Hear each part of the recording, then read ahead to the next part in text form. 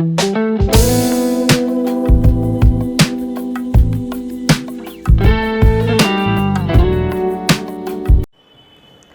सबको जय मसीह की। और मैं विश्वास करता हूं कि आप भले चंगे हैं।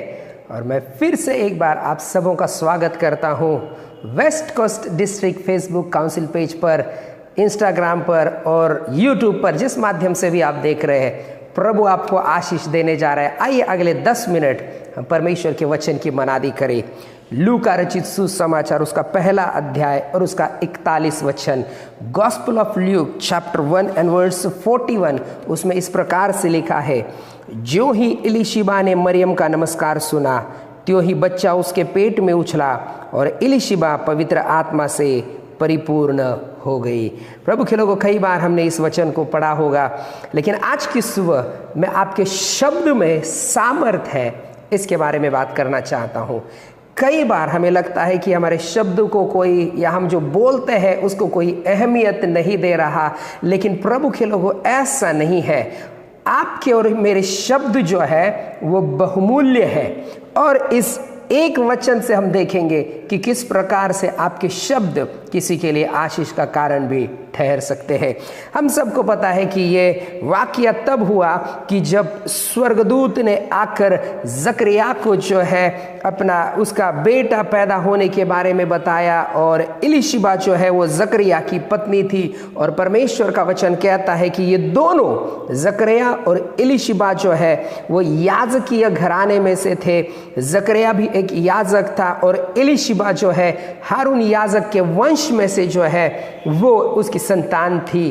तो परमेश्वर का वचन कहता है पहले अध्याय में कि वे दोनों परमेश्वर की सेवा करते थे, परमेश्वर के नजर में धर्मी थे, सारी आज्ञाओं का पालन करते थे, लेकिन उनकी कोई संतान नहीं थी।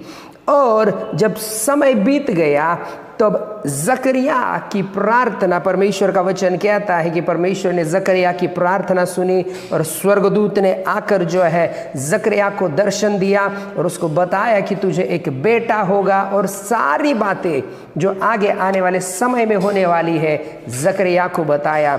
और हमें पता है कि जकरिया पूछता है कि ये कैसे होगा, क्योंकि मैं बूढ़ा हूँ, मेरी पत्नी बूढ़ी है, तो कैसे हमें संतान होगा। और उसी बात परमेश्वर का वचन कहता है, वही स्वर्गदूत मरियम के पास जाकर भी कहता है, और मरियम का उत्तर या मरियम की प्रतिक्रिया जो है स्वर्गदूत के लिए कुछ अलग थी। वो कहती है कि मैंने अपने जीवन में किसी पुरुष को जो है वो देखा नहीं, मेरी शादी नहीं हुई है, तो कैसे मेरा बेटा हो सकता है। लेकिन परमेश्वर का वचन कहता है कि स्वर्गदूत ने उसे कहा कि पवित्र आत्मा तुझ पर उतरेगा और परम प्रधान की सामर्थ तुझ पर छाया करेगी। और मरियम जो है इस बात के लिए एग्री हो गई, वो मानती है। और उसके बाद वो आखिरी में यही कहती है कि मैं परमेश्वर की दासी हूँ, परमेश्वर के वचन के अनुसार जो है मेरे जीवन में हो। और स्वर्गदूत उसको एक चिन्ह भी देता है, एक बात बताता है कि तेरी जो इलीशिबा जो है, जो उसके रिश्ते में है, बुढ़ापे में उसको 6वां महीना है, वो भी प्रेग्नेंट है, वो भी गर्भवती है। और तब जाकर मरियम इलीशिबा को मिलने आती है। और परमेश्वर का वचन कहता है, जैसे ही इलीशिबा ने मरियम के नमस्कार को सुना, मैं कल्पना करता हूं कि मरियम ने इलीशिबा को कहा होगा शालोम। और परमेश्वर का वचन कहता है कि इलीशिबा पवित्र आत्मा से परिपूर्ण हो गई। प्रभु के लोगों, मरियम कौन है? मरियम एक साधारण लड़की है जिसकी जीनियोलॉजी, जिसकी वंशावली भी बाइबल में नहीं लिखा, लेकिन इलीशिबा का और उसका पति जो है जकरिया का सब कुछ लिखा है कि कौन से वंश से वो आते हैं। लेकिन मरियम के बारे में इतना डिटेल कुछ भी नहीं लिखा। मरियम लिखा गया एक साधारण लड़की थी, लेकिन याद रखिए प्रभु के लोगों, वो साधारण लड़की के शब्द में इतनी सामर्थ्य कि जय जैसे उसने नमस्कार कहा, दो बातें वहां पर हुई। एलीशिबा के पेट में बच्चा उछल पड़ा और एलीशिबा पवित्र आत्मा से परिपूर्ण हो गई। कोई माने या ना माने, आपके शब्द में परमेश्वर ने सामर्थ दी है। प्रेरित प्रोवर्ब्स नीति वचन 18-21 में लिखा गया है, आपकी और मेरी जुबान में परमेश्वर ने वो सामर्थ दी है, जीवन और मृत्यु की सामर्थ। जिस प्रकार से हम उसको काम में लाना चाहते हैं वो आपके और मेरे ऊपर है।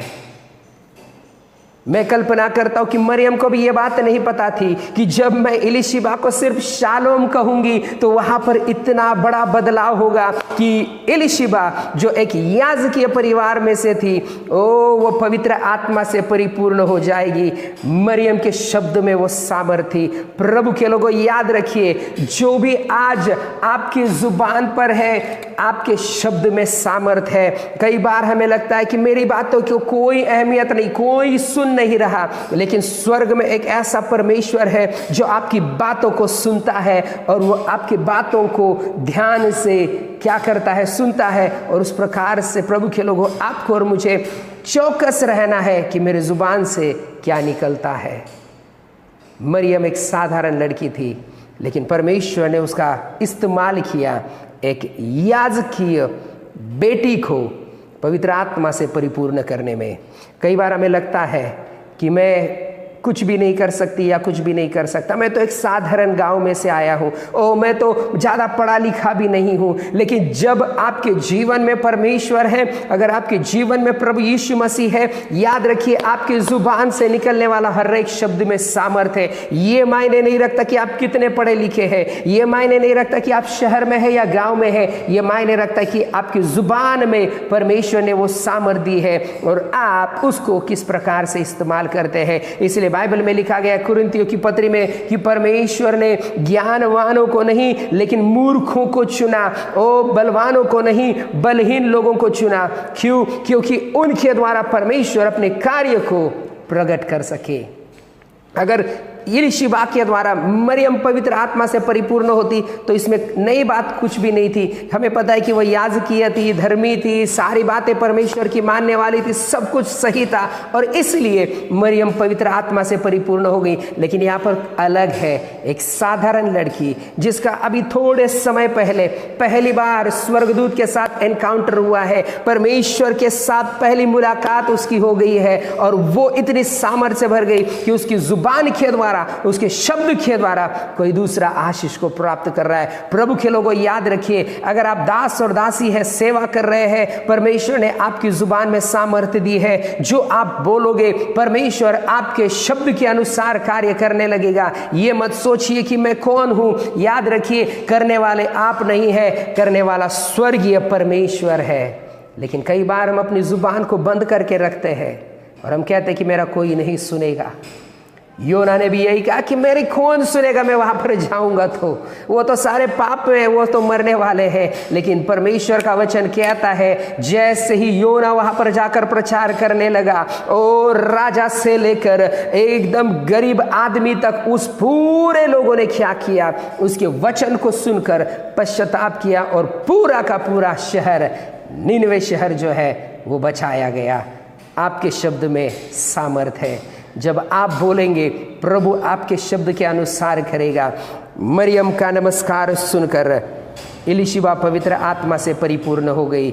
क्या आपके शब्द किसी के लिए आशीष का कारण है? क्या कोई कहता है कि हाँ, इस भाई के शब्द या इस बहन के शब्द को मैं जब सुनती हूँ या सुनता हूँ, मेरे जीवन में कुछ अलग होने लगता है, परमेश्वर, मानो परमेश्वर मुझसे बात करता है। क्या आपके लिए कोई ऐसा बोलता है या नहीं? अगर नहीं तो याद रखिए, एक मरियम के समान जो साधारण लड़की थी, वो अपनी युवा अवस्था में थी, लेकिन उसके शब्द में परमेश्वर ने इतनी सामर्थ दी कि कोई एक व्यक्ति पवित्र आत्मा से परिपूर्ण हो गया। उस एलीशिबा के पेट में जो है बच्चा उछला। मतलब सिर्फ एलीशिबा पर उसका प्रभाव नहीं पड़ा, लेकिन उसके गर्भ में जो है उसके ऊपर भी उसका प्रभाव पड़ा। याद रखिए, आप किसी के लिए बोलते हैं, आपका शब्द जो है सिर्फ उस व्यक्ति के लिए नहीं, लेकिन उसकी आने वाली पीढ़ियों के लिए भी प्रभाव को डालेगा।